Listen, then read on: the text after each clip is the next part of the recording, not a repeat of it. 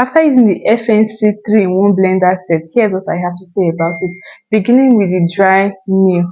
This dry meat works well, but it is small. So if you blend lots of dry ingredients, you have to do it in batches and it's quite tiring. And from the video, you saw how it blended the pepper, the dried chili pepper. It took a while for it to get that smooth texture. It took about 4 to 5 blends to get that texture. So if you be blending something harder than the chili pepper, you're going to be blending for like 4, 5, 6, 7 times to get a very smooth blend. But overall, it works. I don't have any complaints about it. Then on to the next, which is the chopper. Like I love this chopper. I think it should be my favorite thing in this set.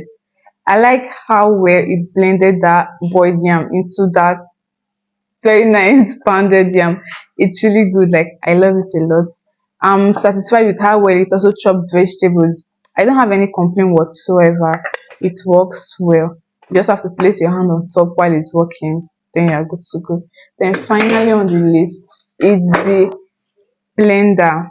It's a 1600 ml blender. I tried it with tomato, pepper. It crushed the tomato seeds totally, but for the peppers, you could see tiny pepper seeds in the mixture. And for the beans as well, it did very well with the beans. You just have to add water.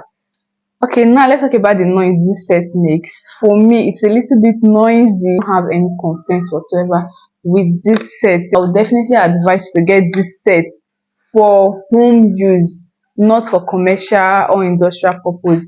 If you want to get an industrial blender for your business or whatsoever, this is not the blender for you. This is not an industrial blender. They have an industrial blender, but I have not tried that one, so I have nothing to say about that blender. This one I have tried, it is okay for home use but not for commercial use.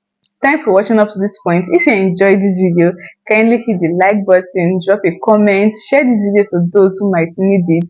Don't forget to follow this channel